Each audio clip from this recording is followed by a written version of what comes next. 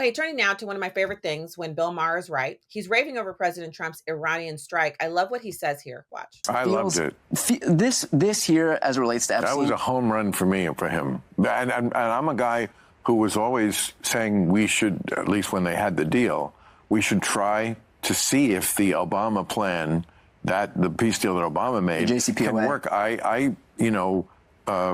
I don't think I'm telling tales out of school, but once had a long conversation with Netanyahu, who was wanting to talk me into, and may I say right now, all these years later, one, maybe I was wrong. I thought it was worth a try to bring the JCPOA. Yes. So the JCPOA was just trash. It was nonsense, no good.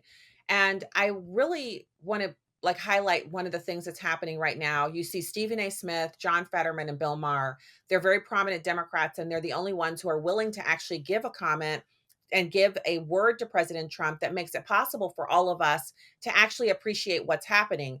In other words, the perspective from the left side of the aisle, where he says, I would have liked to have seen the JCPOA work.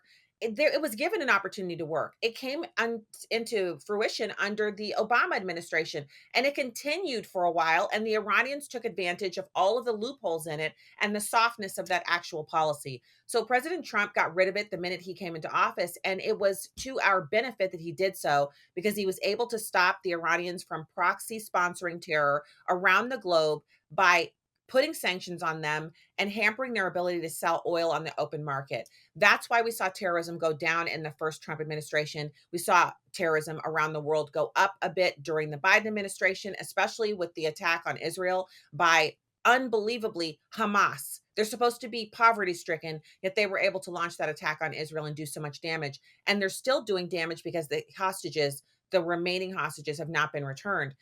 Look at the difference in the different policies and the ability of the terrorists to do things they want to do under the different administrations. So it's good for Bill Maher to tell the truth here. He's a little late to the party, but welcome anyway, sir. Come on in. The water's fine. We're happy to have you. For full shows, live and on demand, it's Salem News Channel.